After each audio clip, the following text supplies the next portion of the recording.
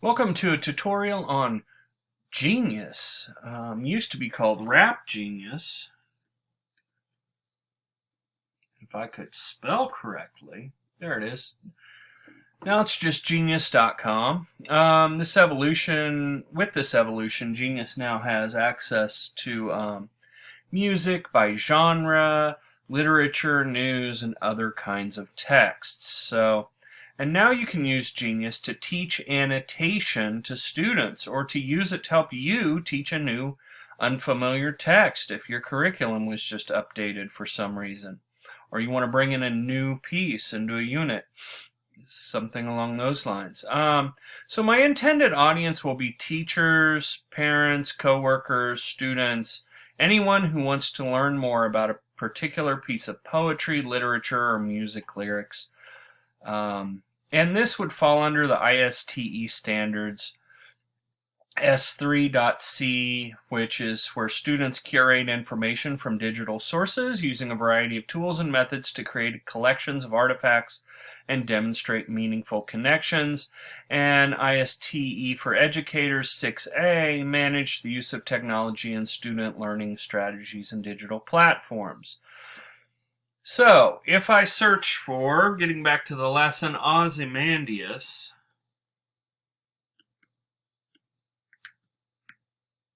it pops up right here. If I go ahead and hit enter, it's going to bring it up here. And there it is. I would recommend, if you choose to teach Ozymandias, it's one of my favorite poems.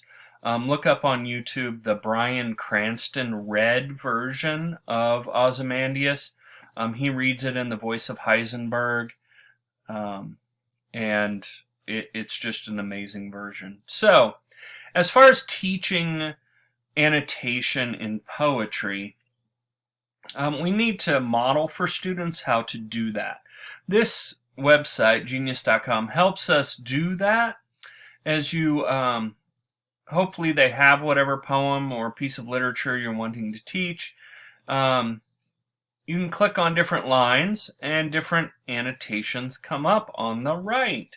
And it's cool because sort of in a crowdsourcing kind of way, if you're familiar with the website Reddit, I'm sure your students are, you can upvote or downvote the comments. So we can see how legitimate people out in the internet world think the comments or annotations are.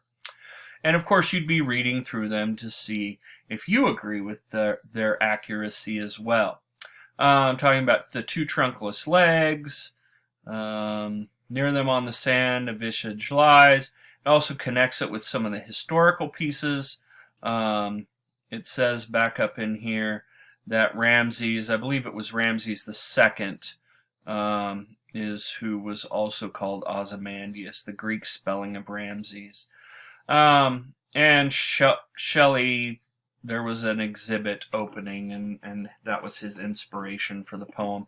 I can attest to those facts as being accurate. So I would approve the annotations for this particular poem. And they're pretty good, and it explains these things pretty well. Now, I'm not trying to give students the answers. I'm just trying to show them what quality annotations would look like. So you would take this and you might apply the teaching of this to a poem that you might have printed out in class or put on the whiteboard in class for different groups to annotate. This really shows what quality annotations would look like, or A+ annotations. So, using them that way, you can also have students annotate rap lyrics, things like that, or lyrics from other songs that they might choose. It's a pretty cool and powerful resource to teach annotation. So, that is genius.com.